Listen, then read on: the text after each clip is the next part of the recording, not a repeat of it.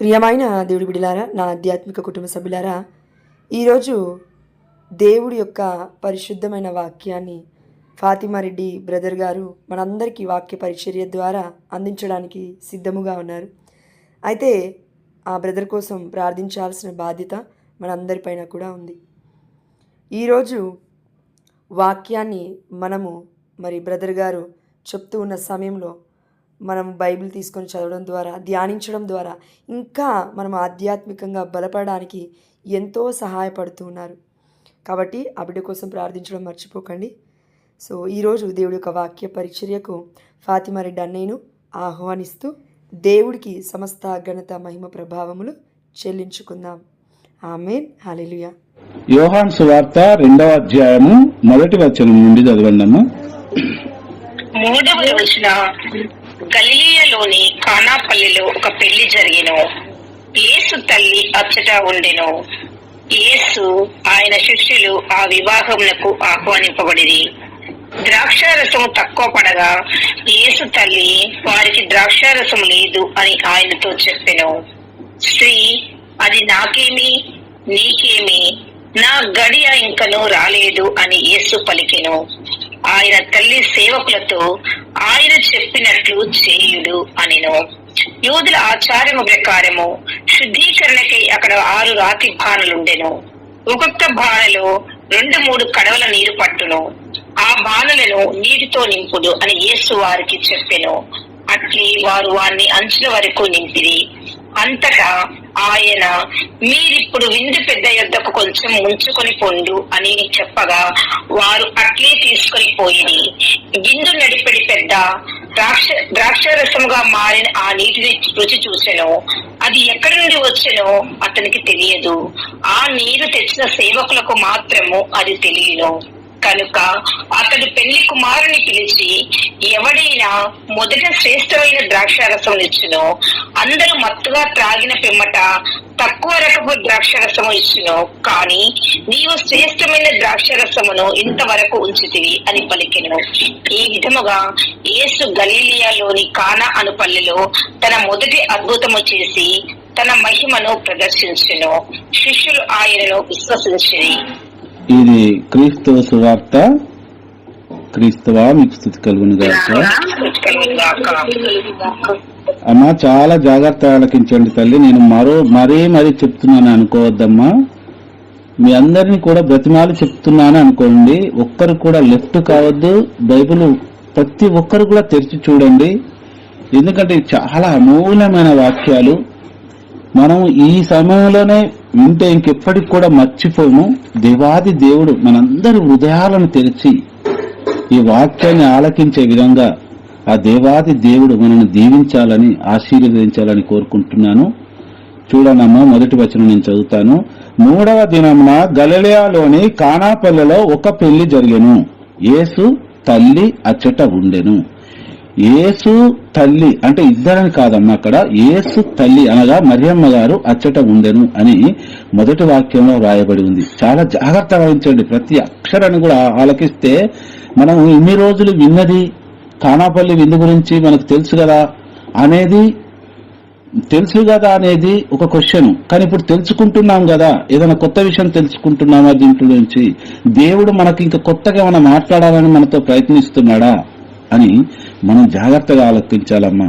యేసు తల్లి కానాపల్లెకు విందుకు ఆహ్వానింపబడింది. ఆ మరియమాత అక్కడ ఆ పెళ్లి విందులో మరియమాత ఉన్నట్టుగా మనకు సువార్తకారుడైన యోహాను గారు తెలియపరుస్తూ ఉన్నాడు. 2వ వచనం, యేసు ఆయన శిష్యులను ఆ వివాహమునకు ఆహ్వానింపబడిరి. ఈ 2 వాక్యాలు, మొదటి వాక్యం సెకండ్ వాక్యాన్ని ఆలకించండి. ముందు మరియమ్మ గారు ఒకరు వెళ్లారు. తర్వాత క్రీస్తు ప్రభు తన శిష్య సమేతముగా యేసు మరియు ఆయన శిష్యులు ఆ వివాహమునకు ఆహ్వానింపబడిరి. ఈ ప్రభుల వారు శిష్య సమేతంగా వివాహానికి వెళ్ళడం జరిగింది. మరి అంతకు ముందు యేసు ప్రభు ఏం చేశాడు అంటే, యేసు ప్రభు తన శిష్యులను మొత్తం కూడా కూర్చుకోవడం జరిగింది, సమకూర్చుకోవడం జరిగింది, అనగా ఎన్నుకోవడం జరిగింది. అప్పటి వరకు కూడా యేసు క్రీస్తు ప్రభు సువార్త గాని, ఎలాంటి అద్భుత క్రియలు గాని, సూచక క్రియలు గాని ఎక్కడ కూడా జరిగించలేదు, చేయలేదు. ఏ రోగిని కూడా స్వస్థపరచలేదు. తన శిష్యులను ఎన్నుకున్నాడు ప్రభువు.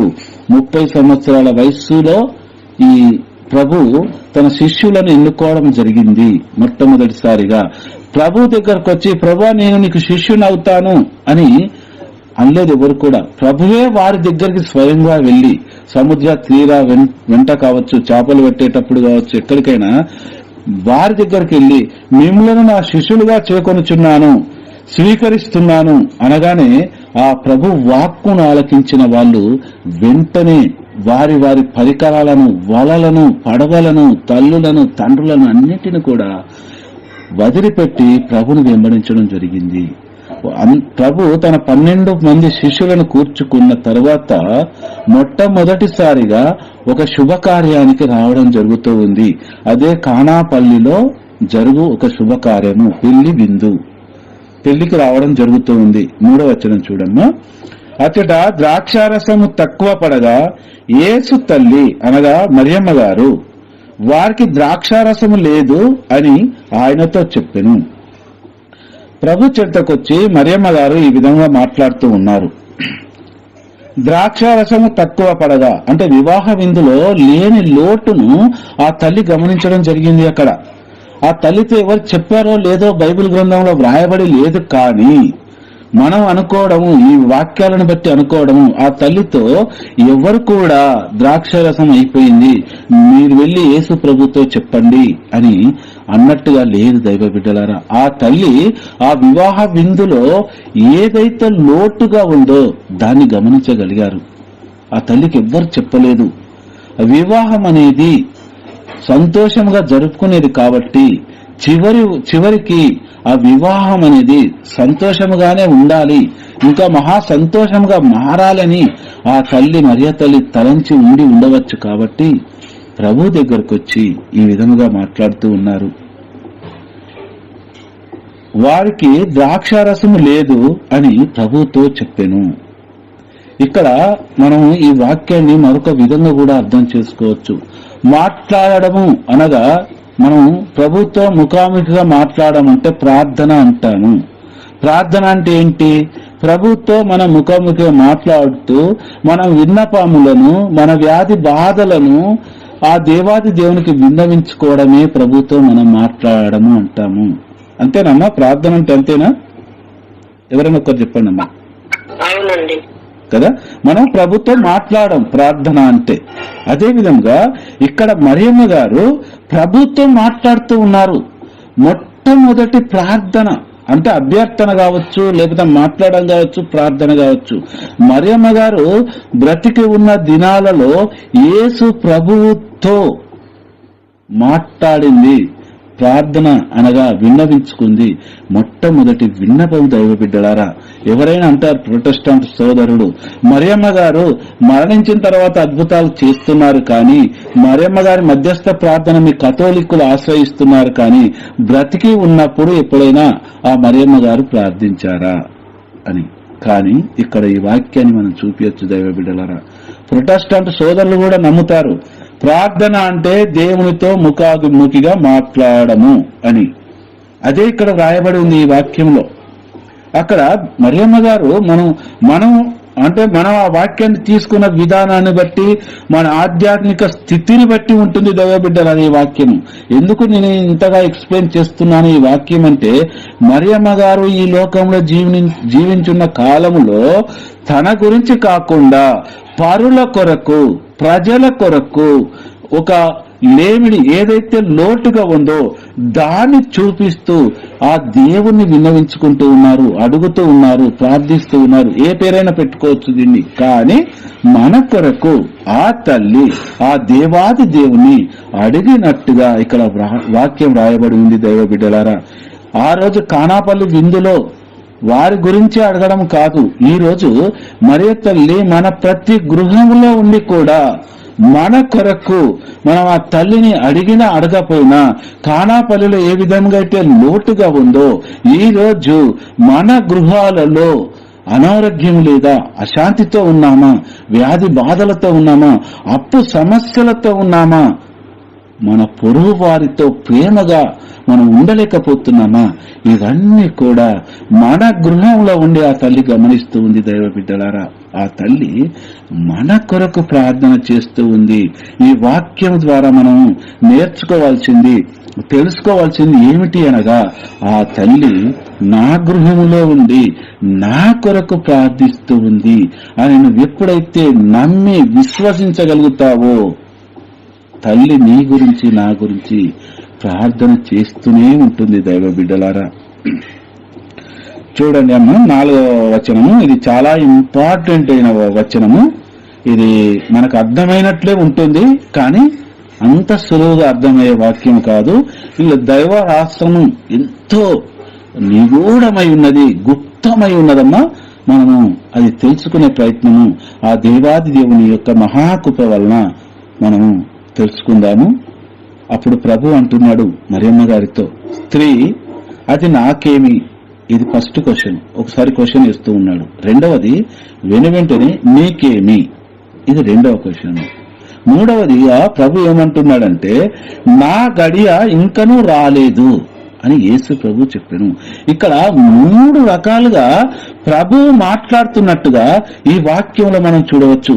ఇది చూస్తే చాలా చిన్న వాక్యం, 2 లైన్లు ఉంటుంది సువార్తలో, కానీ అర్థము మాత్రము అనంతమై ఉంటుంది. అనంతం అంటే మనం చూడలేనంతగా ఉంటుంది. మన ఈ మానవ దృష్టి సరిపోదు, ఆధ్యాత్మిక దృష్టి కావాలి. ఈ వాక్యాన్ని మనం అర్థం చేసుకోవాలంటే ఒకసారి నేను వివరించే ప్రయత్నం చేస్తాను. తల్లి, దేవుడు నాకిచ్చిన జ్ఞానాన్ని బట్టి స్త్రీ అది నాకేమి. ఎప్పుడైతే మరియమ్మ గారు ద్రాక్షారసం అయిపోయింది అని ప్రభుల వారికి విన్నవించుకుంటూ ఉంటుందో, ప్రభు ఒక ఈ లోక కుమారుడుగా, ఆ తల్లి కుమారుడుగా చెప్పే సమాధానం ఏంటి అంటే స్త్రీ నాకేమి. ఈ రోజుల్లో మనం కూడా అంటాం, ఎవరన్నా అంటే మనకెందుకు చెప్పు, మనం ఎట్లొచ్చినామో అట్లా వెళ్ళిపోదాం, మ్యారేజ్కి వచ్చాం అందరితోటి పాటు, ఉంటే తిందాం లేదంటే వెళ్ళిపోదాం, అంతేకాని అక్కడ తక్కువ పడ్డదా ఎక్కువ పడ్డదా, లేదా ఈ వివాహానికి తక్కువ పడితే వాళ్ళకి ఏదైనా అపరింద వస్తుందా అనేది ఇవన్నీ మనకి ఎందుకు అని ఈ రోజులు మనం అనే మాట అతి సులువుగా అంటాం. దైవ బిడ్డలారా, అదే విధముగా ఒక కుమారుడు, ఒక తల్లికి కుమారుడిగా, ఈలోక కుమారుడిగా ప్రభు చెప్పే సమాధానం ఏంటి అంటే అది నాకేమి నీకేమి. స్త్రీ అని మన బైబిల్ గ్రంథంలో ఉంది, కానీ ప్రొటెస్టాంట్ బైబిల్ గ్రంథంలో అమ్మా అని రాసి ఉంటుంది. అమ్మా అని వ్రాయబడి ఉంటుంది. అంటే ఎంతో ప్రేమతో పలకరించినట్టుగా వారి గ్రంథంలో లిఖించి ఉన్నారు. సరే, అది కరెక్ట్, ఇది కరెక్ట్. ఎందుకంటే బైబిల్ పండితులు తర్జమా చేసేటప్పుడు వారికి ఏదైతే వస్తుందో అదే అక్కడ దైవ జ్ఞానాన్ని బట్టి వ్రాయగలుగుతారు. అది కరెక్టా ఇది కరెక్టా అంటే రెండూ కరెక్టా అని చెప్పాలి దైవ బిడ్డలారా. ఇంకా రెండవది ఏమంటున్నాడు, నీకేమి. ఫస్ట్ ఏమన్నాడు, స్త్రీ అది నాకేమి నీకేమి, అది ఇద్దరిని కలిపిండు ప్రభు. మరియమ్మ గారిని తనను కలుపుకొని నాకేమి నీకేమి అన్న తర్వాత రెండవ క్వశ్చన్ ఏమంటుండే, నీకేమి. ఇక్కడ ఇంతమంది ఉన్నారు కదా, ఎవరికి లేని నీకెందుకు. మరియమ్మ గారిని సపరేట్ గా, అంటే మా తల్లిని ప్రత్యేకంగా అడుగుతూ ఉన్నాడు, అమ్మా నీకెందుకు అని.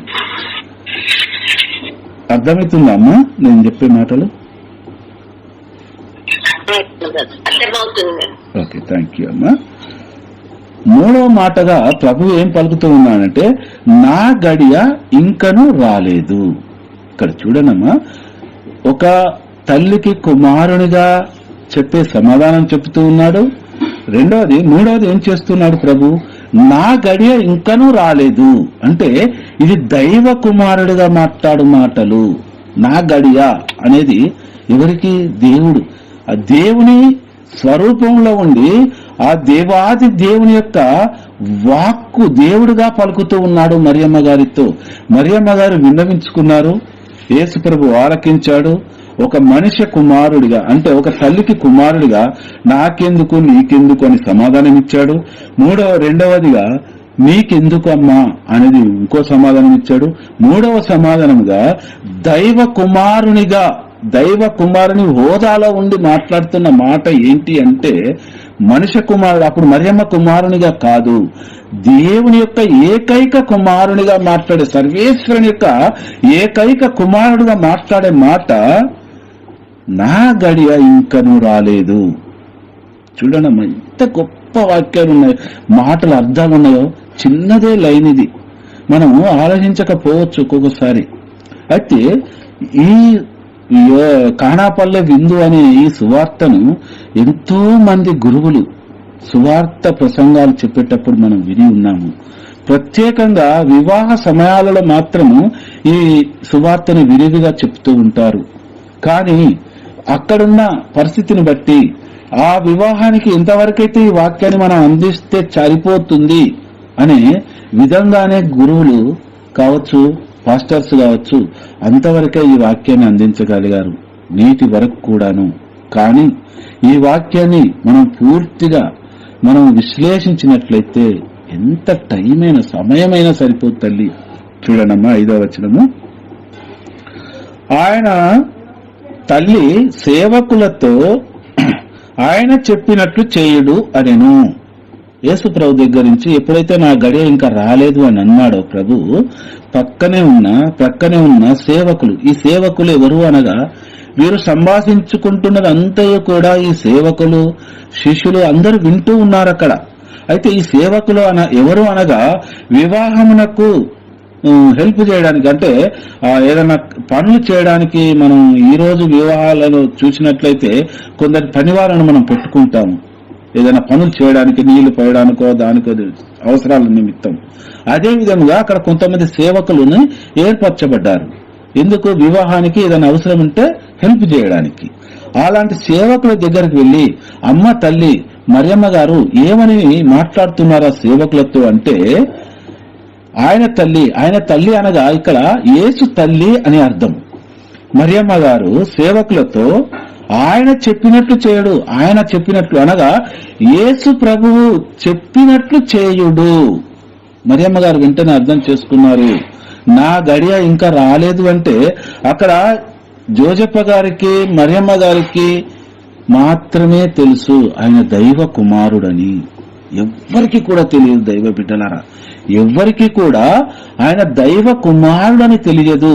తెలిసిన మూడో వ్యక్తి ఎవరు అనగా ఎలిజబెతమ్మ గారు. ఎలిజబెతమ్మ గారు గృహాన్ని సందర్శించినప్పుడు మరియమ్మ గారు ఎప్పుడైతే ఎలిజబెతమ్మ గారి గృహంలో అడుగు పెడతారో పవిత్రాత్మ ద్వారా ఆమె పరిపూర్ణురాలవుతారు. అప్పుడు మాత్రమే నా ప్రభు తల్లే నా యొద్దకు వచ్చుటకు ఇలాగో ప్రాప్తించనా అంటుందన్నమాట. ఒక ఎలిజబెతమ్మ మాత్రమే తెలుసు, అది పవిత్రాత్మ ఆమెపై వేంచేయడం మాత్రం ద్వారా తెలిసింది. కాబట్టి మరియమ్మ గారు ద్వారానే తెలియపరచబడింది అక్కడ. కానీ ఎవరికి కూడా యేసుక్రీస్తు దేవుని యొక్క కుమారుడు అని తెలియదు. వెంటనే నా గడియ ఇంకనూ రాలేదు అని యేసు ప్రభు ఎప్పుడైతే మరియమ్మ గారితో పలకడం జరుగుతూ ఉందో, మరియమ్మ గారు వెంటనే దైవ కుమారుడు, నా కుమారుడు, దైవ కుమారుడిగా నాతో మాట్లాడి ఉన్నాడు, నా గడియ ఇంకనూ రాలేదు అని మరియమ్మ గారు గ్రహించి అక్కడి నుంచి వెళ్లి ప్రక్కనే ఉన్న సేవకులతో ఇలా మాట్లాడుతూ ఉన్నారు, ఆయన చెప్పినట్లు చేయుడు. ఇంతకీ మరియమ్మ గారితో యేసు ప్రభు ఏం చెప్పాడు?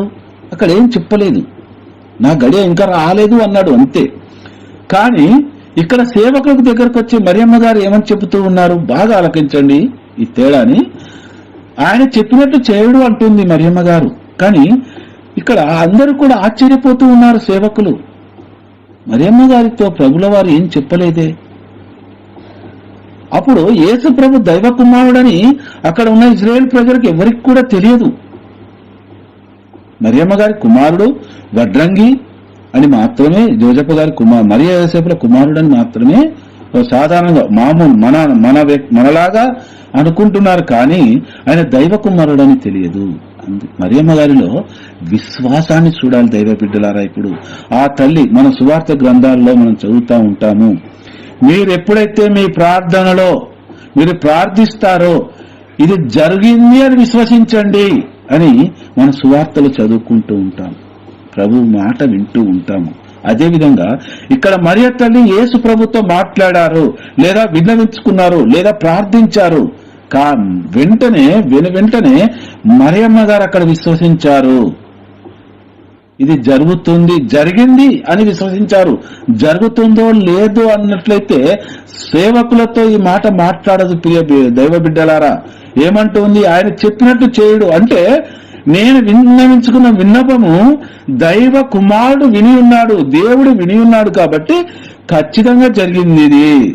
అంతే. ఇంకా ప్రార్థన అనేది రేడు మనం చేసేటప్పుడు కూడా మనం ఆ దేవాది దేవుని సన్నిధిలో మోకరిల్లినప్పుడు జరిగింది అనే మనం ప్రార్థించాలి.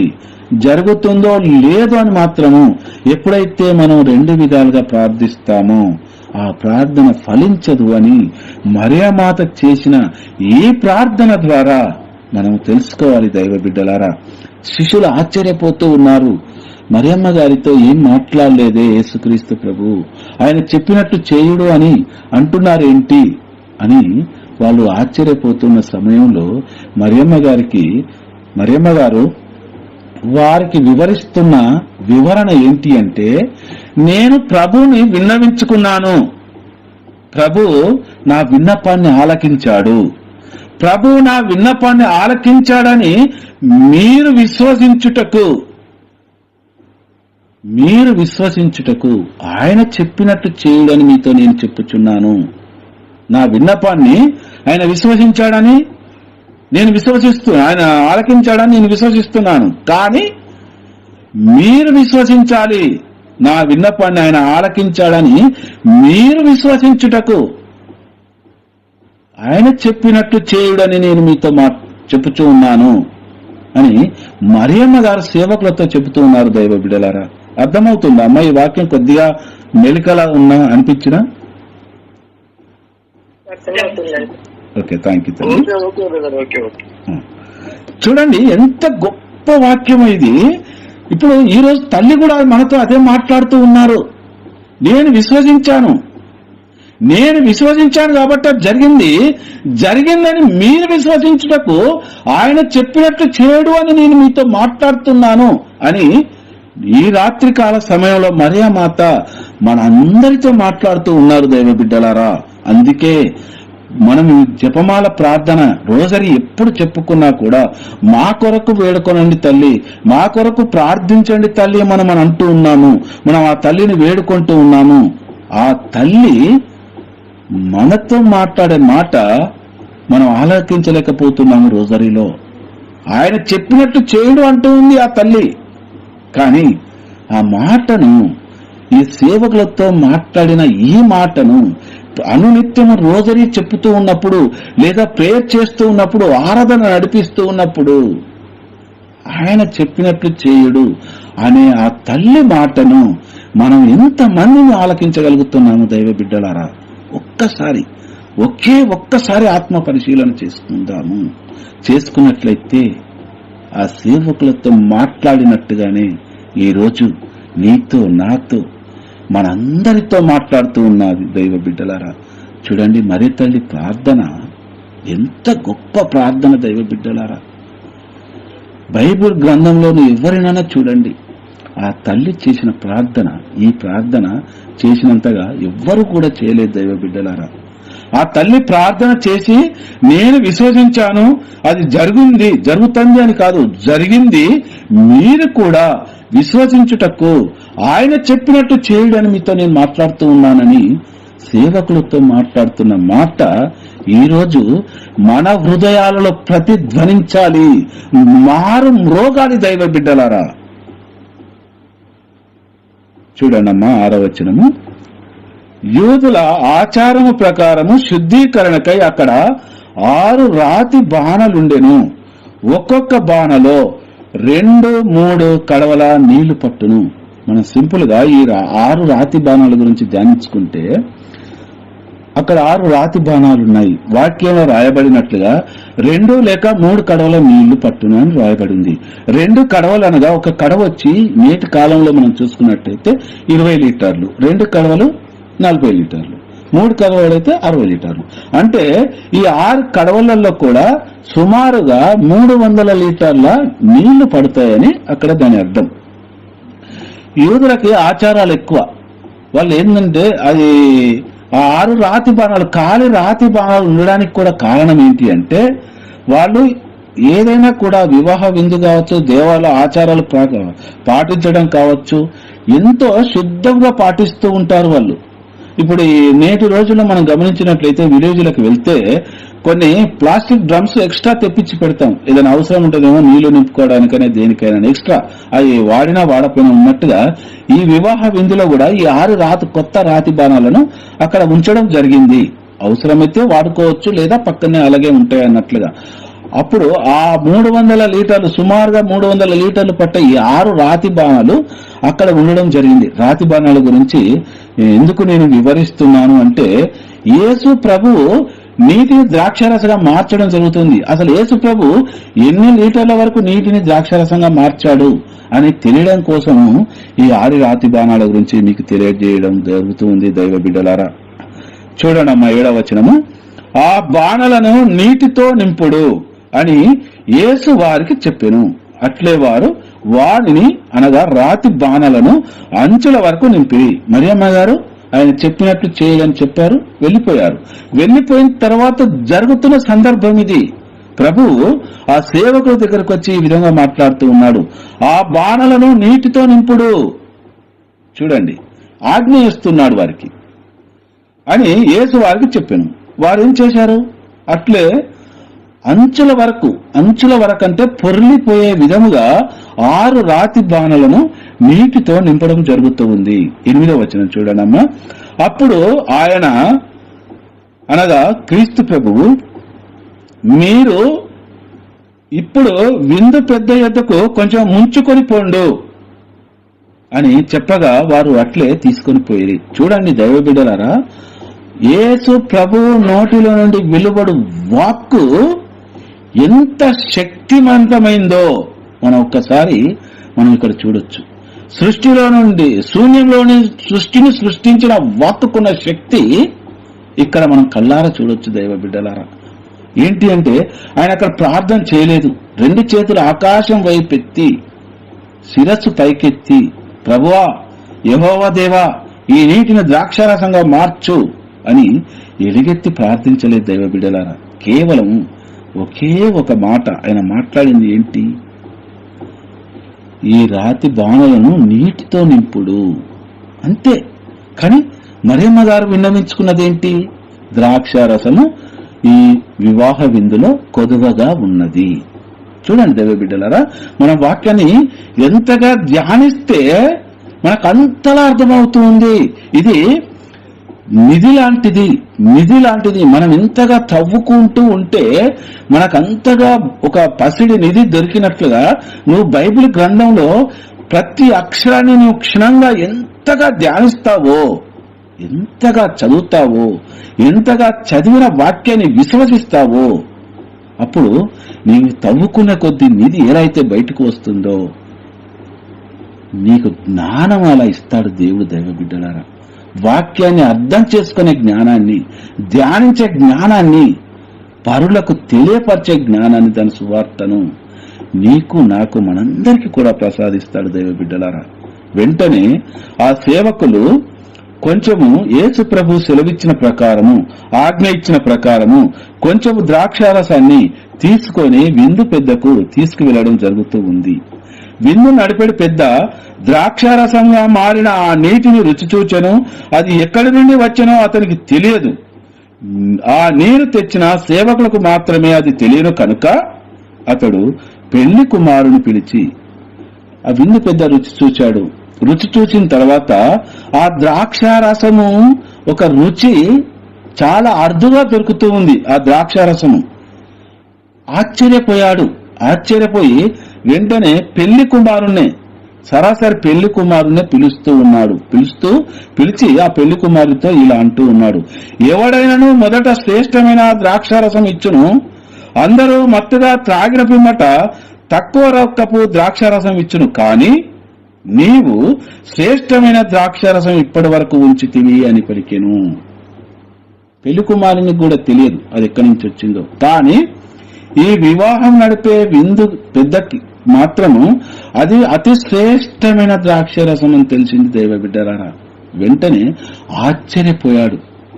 కానీ ఇక్కడ వాక్యాన్ని బట్టి మనం చూసినట్లయితే వారిద్దరి మధ్యలో, పెళ్లి కుమారుని మధ్యలోను ఈ విందు నడిపేటి పెద్ద మధ్యలో ఎలాంటి సంభాషణ జరిగినట్టుగా కూడా ఇక్కడ వ్రాయబడి లేదు. ఎందుకు? దానికి కారణం అనగా ఇక్కడే ఒక గొప్ప దైవ రహస్యం ఉంది. అది మీకు నేను తెలియపరుస్తాను దైవ బిడ్డలారా. చూడండి, జాగ్రత్తగా ఆలకించండి. ద్రాక్షారసము, నీటిని ద్రాక్షారసంగా మార్చాడు ప్రభువు. మరియమ్మ గారు వచ్చి ప్రభుని అడగగానే ఆమె ప్రార్థన ఆలకించి సేవకులతో నీటిని ముంచుకొని పొమ్మన్నాడు. అది ద్రాక్షరసముగా మారింది. ఇక్కడ మనం ఒకటి బాగా అర్థం చేసుకోవాలి దైవ బిడ్డలారా. కొందరు మతోన్మాదులు లేవనెత్తే ప్రశ్న ఒకటి ఉంది. బైబిల్ పరిజ్ఞానం లేని క్రైస్తవులు వారి మాటలు విని ఈ వాక్యాన్ని అపార్థం చేసుకునే క్రైస్తవులు కూడా చాలా మంది ఉన్నారు. కేవలం కథోలిక క్రైస్తవులే కాదు, ప్రొటెస్టాంట్ క్రైస్తవులు కూడా ఉన్నారు దైవ బిడ్డలారా. ఇప్పటి వరకు కూడా ఇంత లోతైన వాక్యాన్ని మనం ఎక్కడ కూడా విని ఉండలేమేమో. నేను కూడా ఆ దేవాది దేవుడి యొక్క ప్రేరణ ద్వారానే నేను తెలియపరుస్తూ ఉన్నాను. నేను ఈ వాక్యం ప్రభువా నాతో మాట్లాడు తండ్రి, నీటిని ద్రాక్షారసంగా మార్చావు తండ్రి నీవు. కానీ అక్కడ సందర్భాన్ని బట్టి చూస్తే అది ఒక మద్యము, మత్తుగా తాగుతూ ఉన్నారు. కానీ మత్తును నువ్వు మొట్టమొదటి సూచక క్రియ మత్తు చేయడం ఏంటి ప్రభువా, మత్తు పదార్థాన్ని చేయడం ఏంటి, అది అద్భుతం ఎలా అవుతుంది అని చాలా మంది మతోన్మాదులు క్రైస్తవుని విశ్వాసుని తప్పుదో పట్టిస్తున్నారు. ప్రభువా నీవు నాతో మాట్లాడు అని. ప్రియ దైవ బిడ్డలారా, నేను ఈ వాక్యానికి పూర్తి అర్థాన్ని తీసుకోవడానికి ప్రభు ముందు నెల రోజులు రాత్రి పగలు నిద్ర కూడా సరిగా పోని రోజులు చాలా రోజులు ఉన్నాయి దైవ బిడ్డలారా. కానీ ప్రభా నువ్వు నాతో మాట్లాడు, ఆ మతోన్మాదుల నోరు ముయించాలి ప్రభువా అని నేను ప్రార్థించడం జరిగింది. ఆ దేవాది దేవుడు నాకిచ్చిన ప్రేరణను ఈరోజు మీకు నేను తెలియపరచాలనుకుంటున్నాను దైవ బిడ్డలారా. ఇక్కడ మనం చాలా గమనించాలి. నీటిని ద్రాక్షారసంగా మార్చుట, అక్కడ జరుగుతున్న సందర్భం ఏంటి? అందరూ మత్తుగా తాగుతూ ఉన్నారు. నేటి వివాహ విందులో చాలా వరకు మనం చూస్తూ ఉంటాం. ఇలాంటి సందర్భాలే నేటికి కూడా కొనసాగుతూ ఉన్నాయి. కానీ అక్కడ నాకిచ్చిన దైవ ప్రేరణ బట్టి నేను మీకు తెలియజేయడం ఏంటి అంటే, ద్రాక్షారసము 3 భాగాలు ఉంటుంది దైవ బిడ్డలారా. మెయిన్ పాయింట్స్ ఇది. కానాపల్లి విందు ఈ సువార్తకు మెయిన్ కీ ఇదే, మెయిన్ పాయింట్ ఇదే దైవ బిడ్డలారా. నేటికి కూడా మన క్రైస్తవ బిడ్డలకు చాలా మందికి అర్థం తెలియదు. యేసు ప్రభు ద్రాక్షారసం మార్చాడని మనం చెప్పుకుంటున్నాము, గొప్ప అద్భుతం అని చెప్పుకుంటున్నాము. కానీ అక్కడ మధ్యమా అది ఏంటి? యేసు ప్రభు చేసింది అద్భుతం ఏంటి? ఆ గొప్ప అద్భుతము. మరియమ్మ గారు ఎందుకు ద్రాక్షారసమే తక్కువ పడ్డదని వెళ్ళారు అక్కడికి? ఇది మనము తెలుసుకోవాలి దైవ బిడ్డలారా. ప్రభాకర్ అన్న నాకు ఒక 10 నిమిషాలు ఇవ్వగలరా? టైం అయిపోతుంది వాక్యం మొత్తం. ఓకే, థ్యాంక్ యూ అన్న.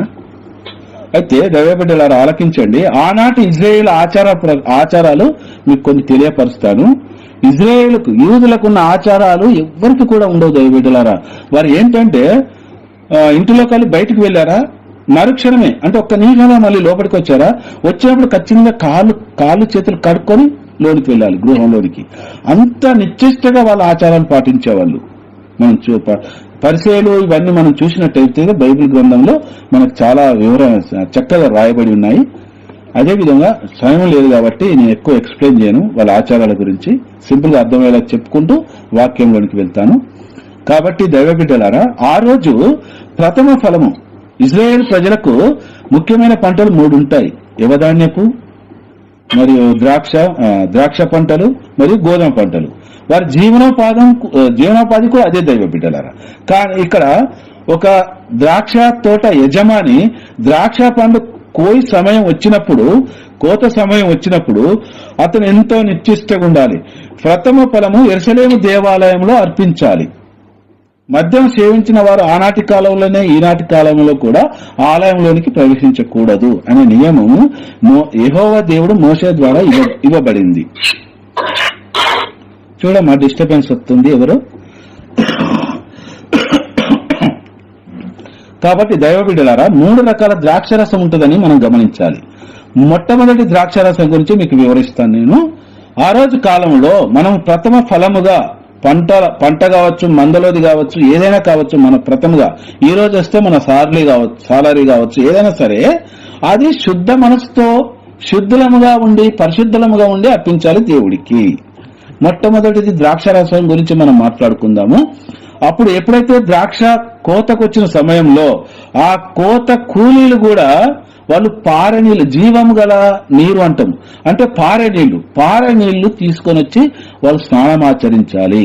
వారే కాకుండా ద్రాక్ష తోట యజమానులు ఆ ద్రాక్ష తోటలకు ఎవరైతే అడుగు పెడతారో వారందరూ కూడా జీవము గల నీటితో స్నానమాచరించాలి. జీవము గల నీరు అంటే పారే నీళ్ళు అన్నమాట, కొలనులోయి వాటిలో కాకుండా. అంత నిశ్చిష్టగా ఉండేవాళ్ళు.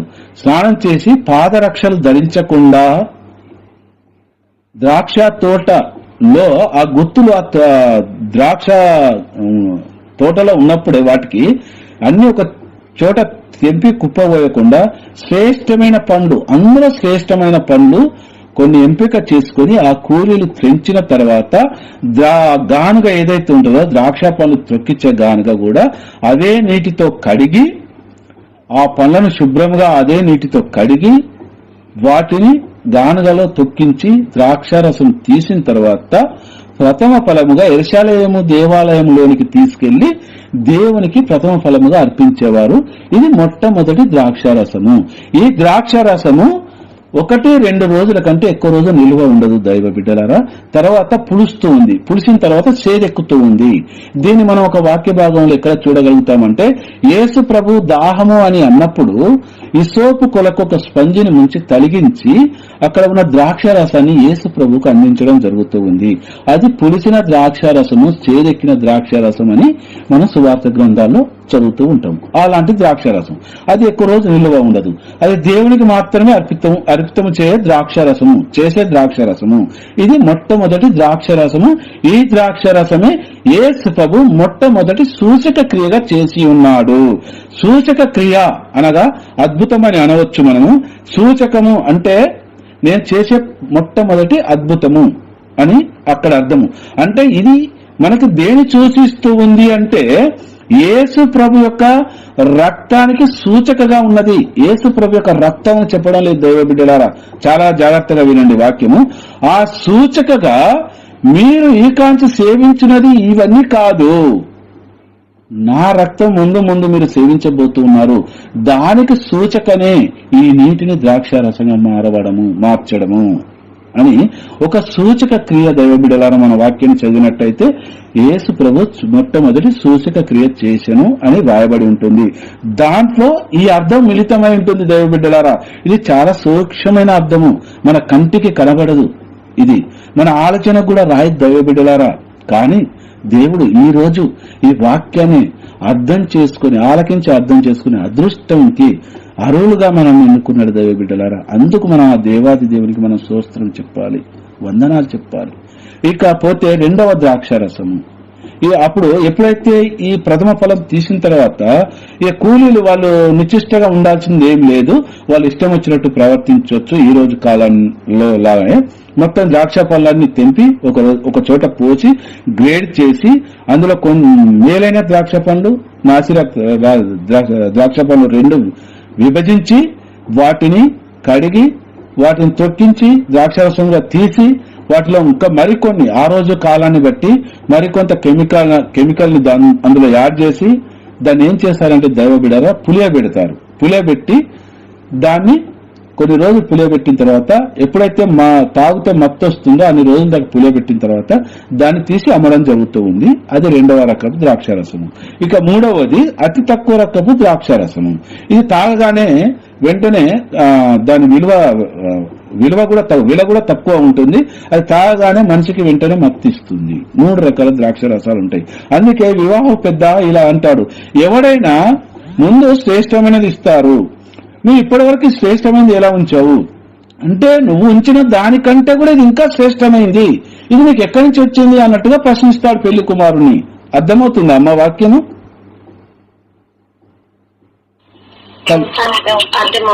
ఓకే, థ్యాంక్ యూ అమ్మా. ఇది మనం గమనించాలి దైవ బిడ్డలారా. యేసు క్రీస్తు ప్రభు చేసింది, మరియమ్మ గారు యేసు ప్రభు దగ్గర వేడుకున్నది దేని కొరకంటే ఒక సూచక క్రియ. దేవుడు అక్కడ సూచక క్రియని చేయనున్నాడు. అందుకే ప్రభు తన శిష్య సమేతముగా వివాహానికి రావడం జరుగుతుంది దైవ బిడ్డలారా. ఇది మొత్తం కూడా దైవ ప్రణాళిక. కాబట్టి నేడు మనం ఎవరైనా కూడా ఈ ద్రాక్షారసం యేసుప్రభు ఎందుకు చేశాడు అంటే మనం సమాధానం చెప్పే స్థాయిలో మనం ఉండాలి, కానీ తెలియదు అని అనకూడదు దైవ బిడ్డలారా. అందుకే ప్రియ సహోదరి సహోదరులారా, మనం ఈ వాక్యాన్ని ఆలకించిన మీరు, తెలియపరిచిన నాకు ఆ దేవాది దేవుడు మనందరికీ కూడా ఈ గ్రూపులో ఉన్న మనల్నే కాకుండా ఎంతమంది అయితే క్రైస్తవ బిడ్డలు ఉన్నారో, ఎంతమంది అయితే ఈ వాక్యాన్ని ఆలకిస్తూ ఉన్నారో వారందరికీ కూడా ఆ దేవాది దేవుడు మహా జ్ఞానాన్ని దయచేసి ఆ దేవాది దేవుని యొక్క కృపా వరాలు మనందరిపైన హేరాళంగా ఉండాలని ఆ దేవాది దేవుణ్ణి వేడుకుందాం తల్లి. ఈ వాక్యాన్ని ఇంతటితో ముగిస్తున్నాను. ఆమేన్.